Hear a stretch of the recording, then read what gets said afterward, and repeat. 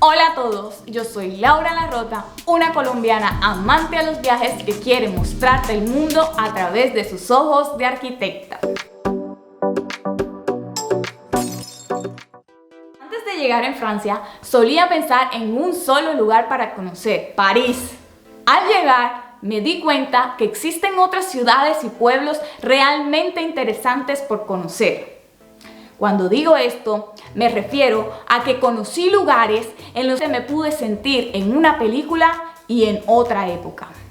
Lugares que me hacían pasar entre periodos de historia de la arquitectura en cuestión de segundos. Quedaba maravillada con cada rinconcito y me enamoraba en cada esquina. Es por esto que hoy quiero llevarte a un pequeño pero maravilloso recorrido a través de edificaciones que representan diferentes periodos históricos, pero habitan la misma ciudad. Bienvenidos. Hoy te encuentras en la ciudad de Dijon. Es la ciudad capital de la región de Borgoña, en el área este central de Francia. Es famosa por sus vinos Borgoña y sí, de aquí es la mostaza Dijon. Amárrate el cinturón que aquí empieza un histórico recorrido. Primera parada, la Edad Media. Es bien sabido que este fue un periodo profundamente religioso y esto se veía reflejado en el arte y por supuesto en la arquitectura. Representando esta época en la ciudad de Dijon tenemos muchas edificaciones, pero hoy te voy a hablar de unas cuantas. Primero, la iglesia Notre Dame. Estoy segura que si llegas a visitar esta iglesia, no será algo que querrás ver de pasada. Te querrás detener y observar cada detalle en su fachada. Esta iglesia es de estilo gótico, un estilo arquitectónico europeo que nace en Francia por allá en el siglo XIII, cambiando la concepción de los espacios, dándole prioridad a la verticalidad y la luminosidad, lo cual representaba la espiritualidad. En la fachada de esta iglesia podemos encontrar que en la parte baja tiene 3 arcos apoyados en 2 filas de pilares. Y en la parte superior podemos ver que está decorada con 2 galerías de arcos superpuestos con 17 columnitas decoradas con pequeños capiteles corintios. Además, en esta fachada vemos unos elementos que sobresaltan a la vista por sus figuras que representan humanos, animales y monstruos. Estas figuras son falsas gárgolas. Las gárgolas son elementos sobresalientes que nos ayudan a evacuar las aguas de los tejados, pero en este caso, al no cumplir su principal función, solo son decorativas. Otra característica de este tipo de arquitectura, que por supuesto se encuentra representada en la iglesia Notre Dame, son los arbotantes y contrafuertes, los cuales seguramente has visto en muchas iglesias, pero no tenías ni idea qué son estas cosas que están alrededor de los muros. Pues te cuento que estas estructuras, además de ser decorativas, su principal función es distribuir las cargas de las paredes para sacarlas hacia el suelo. En pocas palabras, funcionan como un apoyo estructural de la edificación. Además, en esa época eran percibidos como elementos que daban un aire de grandeza. En Notre Dame de Dijon, por supuesto, también tenemos los arcos apuntados y las bóvedas de crucería, que en la arquitectura gótica este tipo de arcos tenían la función de distribuir las fuerzas de los techos pesados que diseñaban en esa época. Y al tener un arco que soportaba mucho más, les permitió construir con más altura y verticalidad, que era precisamente lo que buscaban. Los vitrales de la iglesia también serán un aspecto que te sorprenderán por su belleza y color. Tiene 5 vitrales originales que fueron realizados en 1235 y los demás los realizó un pintor vidriero parisino inspirados en los 5 originales. La iglesia tiene un conjunto de 58 ventanas y los más grandes son 2 rosetones que miden 6 metros de diámetro. Otras curiosidades que rodean esta iglesia son, por ejemplo, el reloj Jacquemart que se encuentra en el campanario, el cual tiene 4 autómatas o maniquíes de metal llamados Jacquemart y Jacqueline. los cuales pulsan las horas con un martillo sobre una campana. Y estos dos tienen dos hijos, los cuales los han llamado Jacqueline y Jacqueline, que tocan cada cuarto de hora sobre una pequeña campana. Como última curiosidad de esta iglesia, te cuento que en uno de los contrafuertes de la parte norte está esculpido un búho, el cual dicen que si lo tocas con la mano izquierda y pidiendo un deseo, tendrás mucha suerte. Así que si vienes a Dijon, no te olvides de tocar el búho. Otras edificaciones representativas que me hacen sentir en la Edad Media son las casas medievales, como por ejemplo la Maison aux Trois Visages o Casa de Tres Caras y la Maison Millier, Casa Millier. Estas son casas medievales que fueron construidas en Dijon hacia 1470 y 1483 respectivamente. Estas casas están construidas en entramado de madera. Esta técnica fue utilizada en toda Europa y a pesar de todos los cambios de épocas y estilos, aún existen muchas casas de este tipo y son patrimonio arquitectónico. El entramado de madera, para que te hagas una idea, es una estructura combinada de pie derecho y diagonales que se rellenaba con otro material que podía ser algo muy barato, como por ejemplo escombros, adobe, mampostería, entre otros.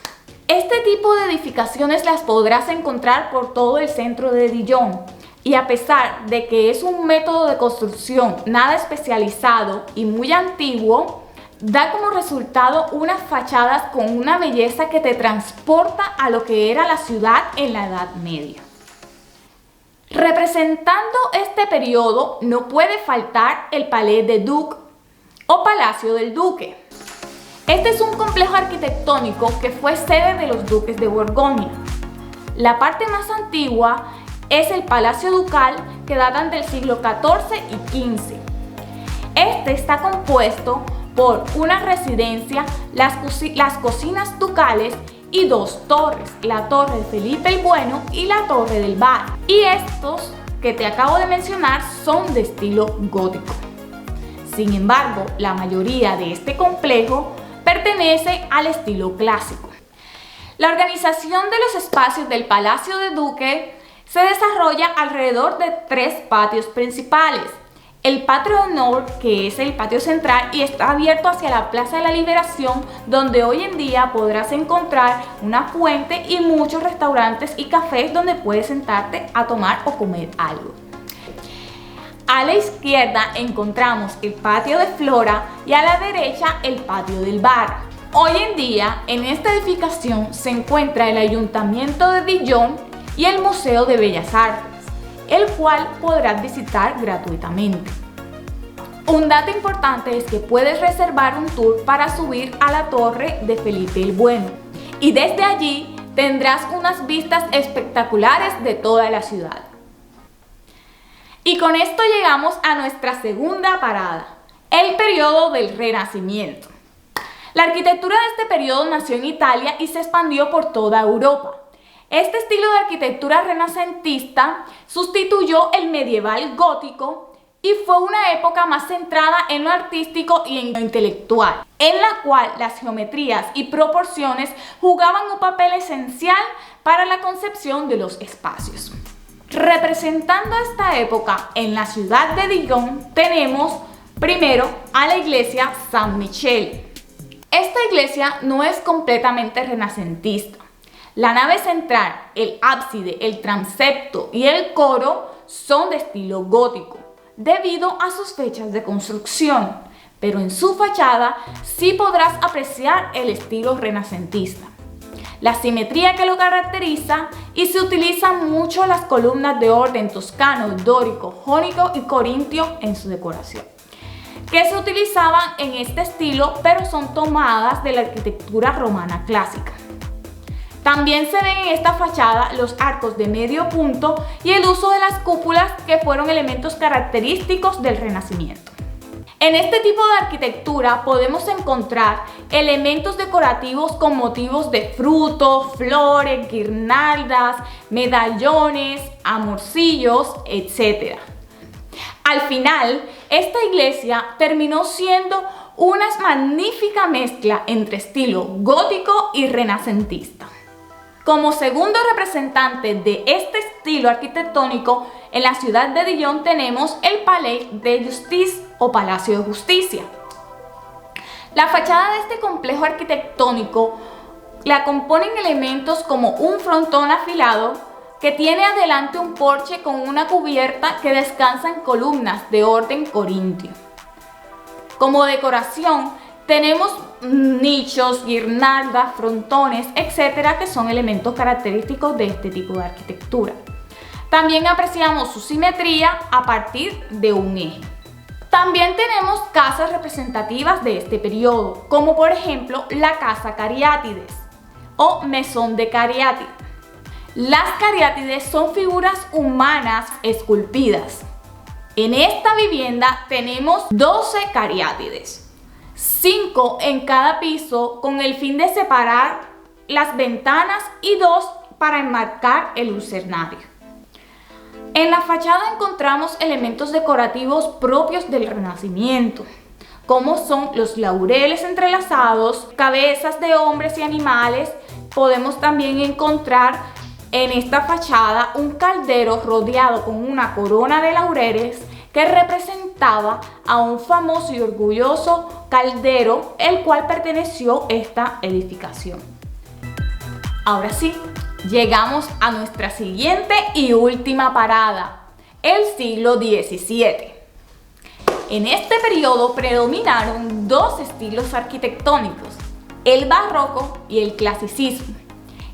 El barroco fue un estilo que nació en Italia y se extendió por toda Europa, a diferencia del clasicismo que tuvo su mayor esplendor aquí en Francia. El barroco lo caracterizaba la decoración sobrecargada, la exageración del movimiento, la exuberancia, el juego de luces y sombras y una fuerza dramática que fue utilizada como símbolo de poder por parte de la Iglesia. El clasicismo en Francia, por su parte, utiliza lo que son las líneas simples y el equilibrio y la sobriedad en la decoración. En Dijon, en esta época, todavía se veía la influencia del Renacimiento en algunos hoteles, como por ejemplo el Hotel de Vaux, el cual, aún siendo de esta época del siglo XVII, evoca el Renacimiento. Su puerta de entrada está hecha en piedra rosada y con muchas decoraciones. En el patio interior podemos encontrar 3 grandes ventanales que están coronados con frontones decorados con guirnaldas. En el techo encontramos un mosaico de azulejos amarillos, rojos, negros y verdes que reflejan la luz del sol. Esta edificación es el único ejemplo de renacimiento florentino que tiene Dijon. El segundo edificio del cual te quiero hablar, que hace parte de esta época del siglo XVII, es el Chapelle des Carmélites o Capilla de Carmelitas. Me llama la atención esta edificación ya que tiene una influencia de la arquitectura barroca con la mezcla de órdenes jónico-dórico y una decoración compuesta por flores, frutas y estatuas enmarcadas. Dentro de esta parada no quiero dejar por fuera uno de los parques que más me gusta de la ciudad, el Parc de la Colombière. Pero ¿por qué aquí te voy a hablar de un parque? Pues te cuento que en el siglo XVII es también el siglo de un nuevo urbanismo y los conceptos del clasicismo también se ven reflejados en el arte de los jardines. El jardín francés se convirtió en un modelo a seguir en esta época. Y este parque es un ejemplo de este tipo de jardín a la francesa. El parque es un lugar con mucho equilibrio que se realizó a petición del Gran Duque, que era gobernador de Borgoña. El parque cuenta con un diseño donde la naturaleza se domestiza de manera geométrica, simétrica y con efectos de perspectivas. Cuenta con 16 pasillos conectados con un pasillo octogonal que se encuentra al nivel de la rotonda principal. Ahora bien, cuéntame en los comentarios qué tal te ha parecido este recorrido a través de diferentes periodos de la historia de la arquitectura sin siquiera salir de la misma ciudad. Y si te gustaría que hablara de algún estilo o edificación en particular. Además de esto, quiero extenderte la invitación para que en tu próximo viaje a Francia visites esta pequeña pero hermosa ciudad que tiene mucha historia por contar. Espero que hoy hayas aprendido un poco de este tipo de arquitectura y que en tus próximos viajes puedas identificar algunos elementos de estos estilos en las edificaciones que visites. Te mando un fuerte abrazo y nos vemos en una próxima oportunidad. ¡A viento!